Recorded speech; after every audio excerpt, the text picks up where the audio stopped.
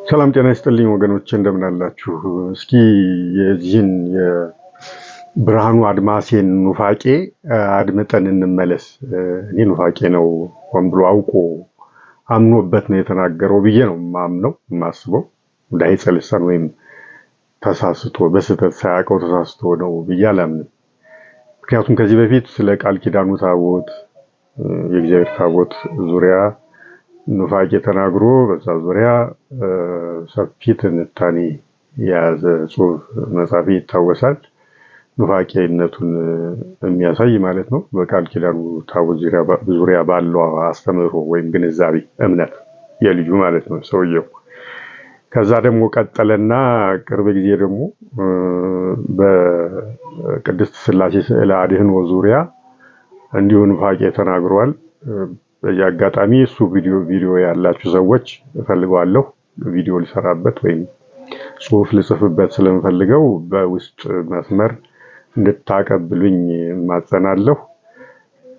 ሌሎችም አሉ የተናገራቸው ኑፋቄዎች። ስለዚህ እኔ መናፍቅ ነው ብዬ ነው የማምነው።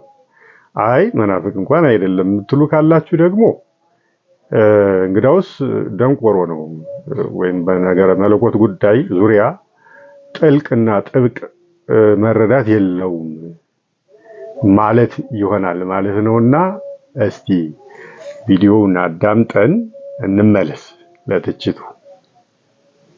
ከዘላለም ቅጣት ሞት ግን አዳኙ ኢየሱስ ክርስቶስ ብቻ ነው። ስለዚህ ለዚህ ጭማሪ የለውም። ተክልኝ ለዚህ ጭማሪ የለውም። ብቻውን አዳኝ ነው የሚለው የእመቤታችን ራሱ አዳኙ ኢየሱስ ክርስቶስ ነው። የተክለ ሃይማኖት ራሱ አዳኙ ኢየሱስ ክርስቶስ ነው። የጊዮርጊስ አዳኙ ኢየሱስ ክርስቶስ ነው። የማን የሐዋርያት አዳኝ የፍጥረት ሁሉ አዳኝ ኢየሱስ ክርስቶስ ብቻ ነው። ለምሳሌ ብቻውን ይድናል የሚለው እኛም ብቻውን ኢየሱስ ክርስቶስ እንዳዳነ ነው ምናምን። ሌላው ቀርቶ ተክልዬ እርግጥ በእኛ በኦርቶዶክስ ቤተክርስቲያን መዳንና ቤዛን በደንብ አድርገን እንገልጻቸዋለን። ለምሳሌ ማዳን የእግዚአብሔር ነው ይላል መጽሐፍ ቅዱስ። ኃይል እግዚአብሔር ነው፣ ማዳን የእግዚአብሔር ነው ይላል። ማዳን የእግዚአብሔር ነው ማለት የአብም የወልድም የመንፈስ ቅዱስም ነው አይደለም? ተመልከተው። ቤዛ የሚለውን ስናመጣ ግን ለወልድ ብቻ ነው የምንሰጠው። ለምንድን ነው ለወልድ ብቻ የምንሰጠው? ተመልከት። አዳምን ተክቶ የሰውን ስጋ ተዋህዶ ስለ አዳምና ስለ ልጆቹ በመስቀል ላይ የተሰቀለው ወልድ ነው እንጂ አብ አልተሰቀለም፣ መንፈስ ቅዱስ አልተሰቀለም። ስለዚህ ቤዛችን የምንለው ኢየሱስ ክርስቶስ ነው። ለዚህ ነው ቅድም ያልኩ ሊቀ ካህናት ሆኖ እኛን ቤዛ እኛን ተክቶ የሰውን ልጆች በሙሉ እነዚያም በሙሉ ያለፉትን ሊቀ ካህናት ተክቶ እስከ ዕለተ ምጽአት ያሉትን ተክቶ ሊቀ ካህናት ሆኖ የቆመው ኢየሱስ ክርስቶስ ነው። በዛ በኦሪት ሲሰው የነበሩ መስዋዕቶችን በሙሉ አሳልፎና ሽሮ ወደፊትም ሌላ መስዋዕት እንዳይሰዋ አድርጎ ብቸኛ መስዋዕት ሆኖ የቆመው ኢየሱስ ክርስቶስ ነው። ስለዚህ ቤዛችን ነው፣ ትካችን ነው። ሌላ መስዋዕት የለንም፣ ሌላ ሊቀ ካህናት የለንም። ከአብና ከመንፈስ ቅዱስ ጋር ሆኖ ደግሞ እንደ ሊቀ ካህናት ራሱ ያቀረበውን እንደ መስዋዕት ሆኖ የቀረበውን ተቀብሎ መዳንን ለሰው ሁሉ ሰጠ። ሁሉ መዳንን ይወርሱ ዘንድ ይል የለም፣ መዳንን እንወርሰዋለን። ውርስ በዚህ በተለምዶም እኮ ውርስ አንዱ ሲሞት የምታገኘው ነው አይደለም? ክርስቶስ በመሞቱ እኛ መዳንን ወረስን፣ ከሱ ወረስን። ተመልከት። ስለዚህ ተመልከት፣ ቤዛ ምንለው እንኳን ሌላውን ማለት ነው እንኳን ፍጡራንን ቤዛ ብለን ልንጠራቸው እንችላለን አሉ። ከዘላለም ቅጣት ሞት ግን አዳኙ ኢየሱስ ክርስቶስ ብቻ ነው። ስለዚህ ለዚህ ጭማሪ የለውም። ተክልኝ ለዚህ ጭማሪ የለውም። ብቻውን አዳኝ ነው የሚለው የእመቤታችን ራሱ አዳኟ ኢየሱስ ክርስቶስ ነው። ሰማችሁት አይደል? የእመቤታችን የራሷ አዳኟ እርሱ ኢየሱስ ክርስቶስ ነው አለ። ከምን? ከዘላለም ሞት ቅጣት። ይሄ የቤተክርስቲያን ትምህርት አይደለም ወገኖቼ፣ ኑፋቄ ነው፣ ክህደት ነው። ምን እያለ ነው? ወላዲተ አምላክን ምስጋና እና ክብር ይግባትና ጥንተ አብሶ አለባት የአዳም ኃጢአት፣ በደል፣ እርግማን አዳም በመበደሉ ምክንያት አይደለም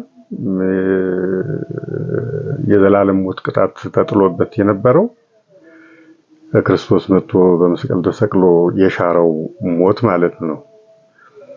እሱ አለባት እያለ ነው። ከሱ አድኗታል። ማን? ክርስቶስ። የራሷ የእመቤታችን አዳኝ ነው ያለው። ልብ ብላችሁ ሰምታችሁት ከሆነ ኢየሱስ ክርስቶስ ነው። ከዛ ቅዱሳንን አቡነ ተክለ ሃይማኖትን፣ ቅዱስ ጊዮርጊስን፣ ሌሎችንም ጠቀሰ። እሱ ችግር የለውም፣ እውነትም ነው። እመቤታችን ግን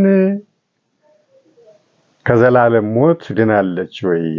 እንደኛ ክርስቶስ በመስቀሉ ከዳኑት ውስጥ ናት ወይ ነው አሁን ጥያቄው። አዎ ብለን ካልን ምን እያልን ነው? የዘላለም ሞት ቅጣት መርገም ተሸካሚ ናት ወይም ጥንተ አብሶ አለባት እያልን ነው። ይሄ ፈጽሞ የቤተክርስቲያን አስተምህሮ አይደለም ወገኖቼ። ታውቃላችሁ ቤተክርስቲያናችን እመቤታችንን ጥንተ አብሶ የለባትም ወይም የአዳም በደል የአዳም እርግማ የለባትም፣ እንዲያውም ዳግማዊት ሔዋን ብላ ነው የምትጠራት እመቤታችን ክርስቶስን ዳግማዊ አዳም። ምን ማለት መሰላችሁ? ዳግማዊ አዳም ሲባል ክርስቶስ አዳም ከመበደሉ በፊት የነበረውን ንጽህና የያዘ ነው ማለት ነው። እመቤታችንንም ዳግማዊት ሔዋን ብላ ቤተክርስቲያን ስትጠራት ምን እያለች ነው? ሔዋን ከመበደሏ በፊት የነበራትን ንጽህና የያዘች ናት። ማን? ወላዲተ አምላክ እመቤታችን ማለት ነው። ስለዚህ ክርስቶስ ዳግማዊ አዳም ይባላል፣ እመቤታችን ደግሞ ዳግማዊት ሔዋን ትባላለች። በንጽህና ከመበደል በፊት ከውድቀት በፊት ከእርግማን በፊት የነበራቸውን አዳምና ሔዋን ንጽህና የያዙ ናቸው የሚል ኮንሴፕት የያዘ ነው። ስለዚህ ምን ማለት ነው?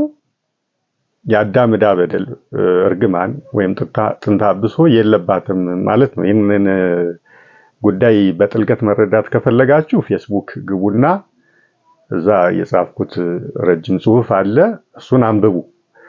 አሁን እኔ እዚህ ልጠቅስ የፈለግኩት ምንድነው? የእመቤታችን አዳኟ ብሏል ይሄ ሰውዬ። ከምንድን ነው ያዳናት? መጀመሪያ እሷን ጠራ፣ ከዛና አቡነ ተክለ ሃይማኖት እነ ቅዱስ ጊዮርጊስ የነዚህ ሁሉ ከዘላለም ሞት ብቻውን አዳኝ እሱ ክርስቶስ ነው። ከዘላለም ሞት ቅጣት ያዳነን እሷ ራሷ እመቤታችንም አንዷ አዳኝ ናት ነው። እንግዲህ ታዲያ ምኑን ዳግማዊት ሔዋን ሆነችው? ከዚህ ካዳናት ይሄስ ደግሞ የቤተክርስቲያን አስተምህሮ ነው ወይ? የት ቦታ ነው ቤተክርስቲያን ይሄንን ብላ የምታውቀው? እመቤታችንን ክርስቶስ ከዘላለማዊ ሞት ቅጣት አድኗታል፣ እንደኛ ከዳኑት አንዷ ናት ብላ ቤተክርስቲያን ያስተማረችው የት ቦታ ነው ነው የኔ ጥያቄ። እሱ ግን እንዲህ ብሎ ያምናል፣ ፈጽሞ ግን ሐሰት ነው። እመቤታችን ዳግማዊት ሔዋን ናት። በምን? በንጽህናዋ። ሔዋን ከመበደሏ በፊት የነበራትን ንጽህና የያዘች ናትና ክርስቶስም እንደዛው። ለዚህ ነው ወንጌል ክርስቶስን በዮሐንስ ወንጌል 1:14 ላይ ጸጋንና እውነትን ተመልቶ በእኛ አደረ ሲል ይገልጸዋል። ንጽህናውም ማለት ነው ያደፈ የጎደፈ ምንም ነገር እንደሌለበት ሲያጠይቅ ነው ይሄን የሚለው። እመቤታችንንም ቅዱስ ገብርኤል ባበሰራት ጊዜ ሉቃስ 1:28 ላይ ታገኙታላችሁ። ጸጋ የሞላብሽ ሆይ ነው ያላት። የጎደላት ጸጋ የለም ማለት ነው። ምልዕተ ጸጋ ናት ማለት ነው። ያደፈ የጎደፈ ምንም ነገር የለባትም ማለት ነው። ምክንያቱም ጸጋ በምላት ነው የያዘችው። ክርስቶስም እንደዛው ጸጋ በምላት ነው የያዘው እና ክህደት ነው ይሄ፣ ኑፋቄ ነው የምላችሁ። ዳሂፀ ልሳን ከሆነ ሰውየው ሳያውቀው ካለማወቅ ካለመብሰል የተነሳ የተናገረው ከሆነ ኑፋቄ ሳይሆን ምን ይሆናል ማለት ነው? ድንቁርና፣ በማያውቀው ነገር የሚቀባጥር ሰው ይሆናል ማለት ነው። እኔም ይሄን እንዲያደርግለት ነው የምመኘው። ይሄም ሆኖ ግን ንስሐ አለበት። ግን እኔ በሌሎቹ ትምህርቶቹ እንደተረዳው ሰውየው ተኩላ ነው፣ መናፍቅ ነው እና ይሄም አንዱ ኑፋቄው ነው ማለት ነው።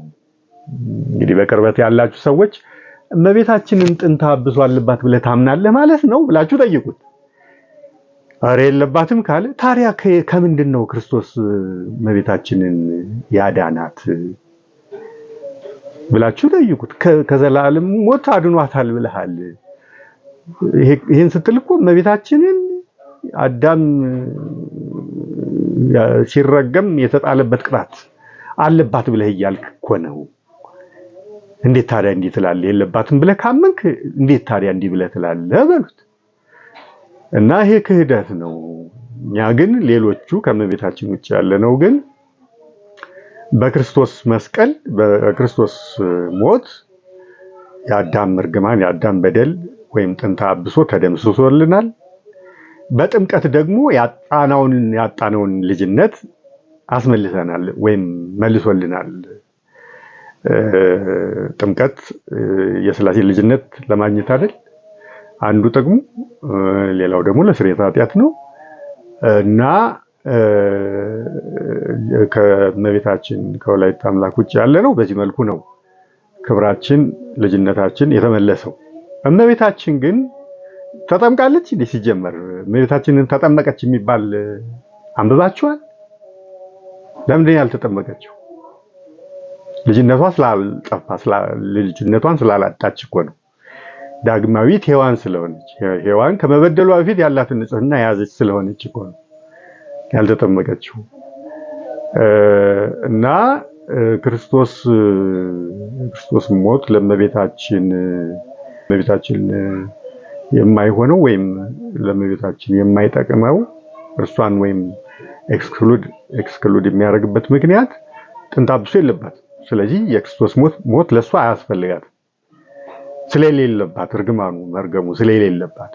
ሌሎቻችን ግን ከአዳምና ከሔዋን ጨምሮ ያለን ግን እርግማኑ ስላለብን የአዳም በደል የተሸከምን ስለሆንን ኮራፕት የሆነ ስጋን የተሸከምን ስለሆንን ወይም ጥንተ አብሶ ያለብን ስለሆንን የክርስቶስ ሞት ለኛ መድኃኒት ነው፣ ታድጎናል፣ አድኖናል ማለት ነው። እናም ይሄው ነው። እስኪ ብዙ ነው እኔ ልልቀም ብል እያንዳንዱን እነዚህ ጥራዝ ነጠቆቹ እነ ያረጋል እነ ሄኖክ እነዚህ እነ ብርሃኑ አድማሴ ጉባኤ ተቀምጠው ሳያደላድሉ ራሳቸውን መምህራን ብለው ሰይመው የመጡ ጥራዝ ነጠቆችን ልልቀም ብል በአንድ ስብከታቸው ብቻ 3-4 በኑፋቄ ደረጃ ሊቆጠር የሚችል ነገር ማውጣት እችላለሁ። ዝም ብዬ እያለፍኩት ነው እንጂ። እና አሁን ይሄንን ቪዲዮ የት ነው ያገኘሁት መሰላችሁ? ቅድም ነው ብዙ አወራየሁትና ማን እንደለጠፈው ሳይ አባ እስጢፋኖስ ይላል። የደቂቀ እስጢፋ ተከታዮች ነን የሚሉ መጥተዋል አይደል? መናፍቃን የነሱ ገጽ ነው ቲክቶክ ላይ ከተለጠፈ 15 ሰዓት ይላል ፖስት ከተደረገ ቪዲዮ። ከዛ አዳምጠው ይሄ ነገር አለው እንግዲህ ምናልባት እነሱም እቺን አይተው ይመስለኛል የለጠፉት። እኛም ይላል ነገሩ እኛም ከዘላለም ሞት የዳነው በክርስቶስ ብቻ ነው፣ እሱ ብቻውን አዳኝ ነው እንላለን ብሎ ሪፈረንስ የሚያደርጋቸው መናፍቃኑን ነው። እንደ ትክክለኛ እንደ እውነተኛ ቆጥሯቸው ነው እኛም የሚለው። እንግዲህ ልብ በሉ፣ ኮንቴክስቱን ተረዱት። መናፍቃን ግን መናፍቃን ናቸው፣ ከሃዲያን ናቸው፣ የሐሰት ትምህርት አራማጆች፣ የሐሰት ትምህርት ተቀባዮች ናቸው። እኛም ሊባሉ የሚገቡ አይደሉም ሲጀምር። እኛም ይሄን ብለን ነው የምናምነው። እነሱ እንደ ትክክለኛ ሪፈረንስ እዛ ላይ ያስቀምጧቸዋል። እኛም እንዲህ ብለን ነው የምናምነው ሲል እንግዲህ ምን ማለቱ እንደሆነ ይገባችኋል። እና መናፍቅ ነው የምላችሁ ሰውየው። ይሄን ለማለት ፈልጌ ነው። ሼር፣ ኮፒ ሊንክ፣ ሪፖስት፣ ፎሎ ኤንድ ሰብስክራይብ እያደረጋችሁ አመሰግናለሁ።